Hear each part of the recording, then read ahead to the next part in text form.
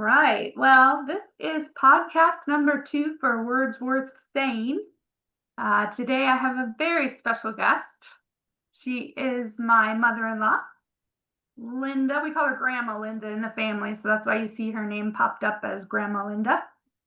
She has been with us through some of the highest points of our life and the lowest points of our life. So she has a great perspective on an outsider seeing what's going on within a family as far as dealing with mental health.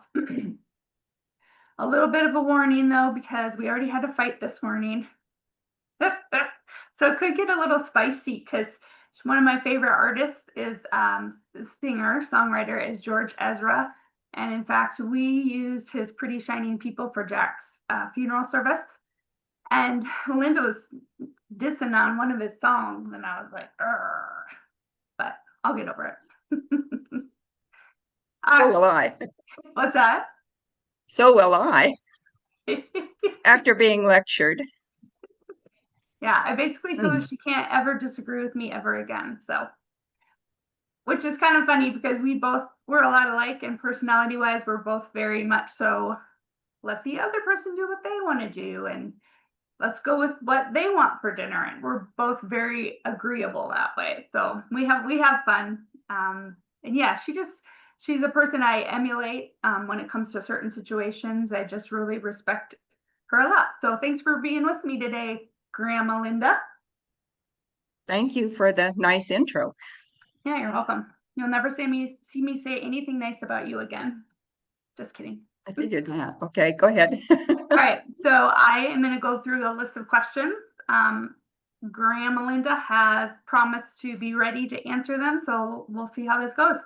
I'll start, you can share, and then I'll answer the question for myself. So the first question is, what was your first impression of me? And I can't start that narrative until I give a backstory, which a lot of you probably have heard. But Nikki, you have to help me first. What was the camp that you and John were volunteering for, that historic summer? It was called Royal Family Kids Camp. It was a camp for foster kids.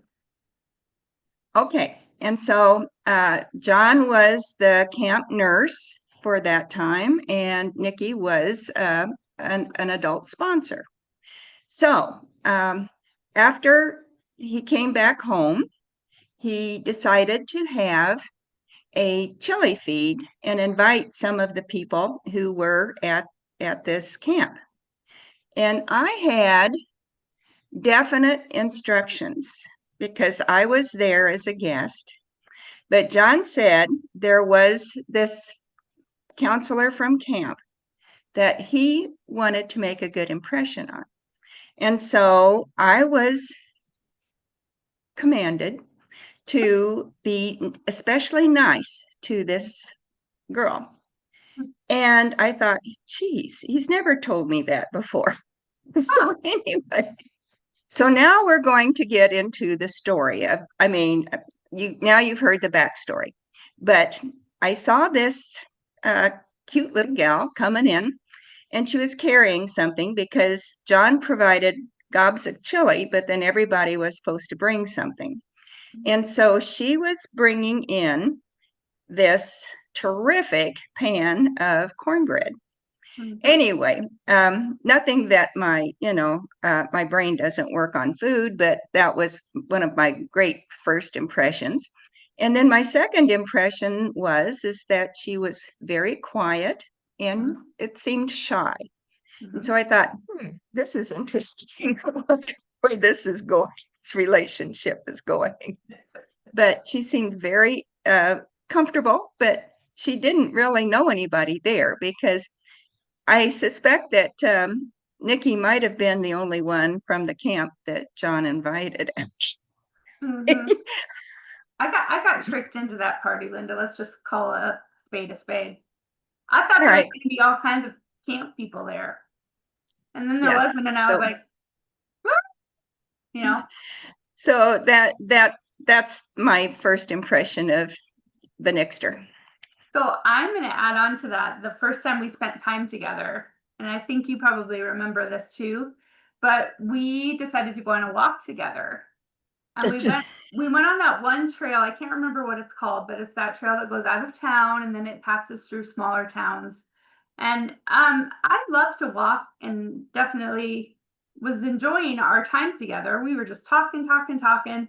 But the problem was when you have two very kind-hearted people who maybe don't always say what they need to the other person, we ended up walking way farther. And it was a hot day too. I remember that too. We ended up walking way farther than either of us probably We wanted walked to. all the way to Walton. Yes, that's right. I was gonna say Yeah. we walked to one of the small towns, and we walked to one of the small towns, and I think we got something to eat maybe, or just to drink, but it was a really fun conversation, and it was really fun to be with you. But yeah, I just had to laugh. I giggled later that neither of us wanted to say, "Hey, maybe we should turn back. Are you ready to turn back?"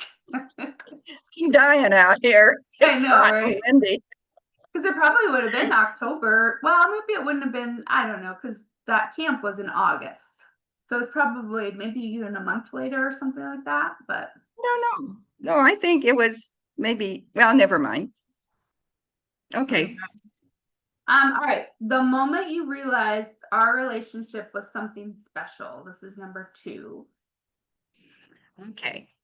Um, being, and I think that it was before you got, quite a bit before you got married, but I realized that honestly and genuinely, you liked me.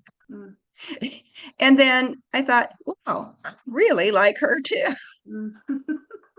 And I think that was when it got to be special because a lot of mothers-in-law and daughters-in-law don't have the relationship that ours started out with even. So it was great. It is great. And I think our similar personalities have served us in that way because we understand Mhm. the other person. But yeah, I agree too. Everybody always tells me nightmare stories about their mother-in-law who they can't stand and they don't get along with. And people would ask me about you, and I'd say, "Oh, I love Linda. She's my, I just enjoy being with her. I enjoy hanging out with her." And that doesn't happen for a lot of people who have our relationship. So yeah, I'd say we're definitely, it's a good thing.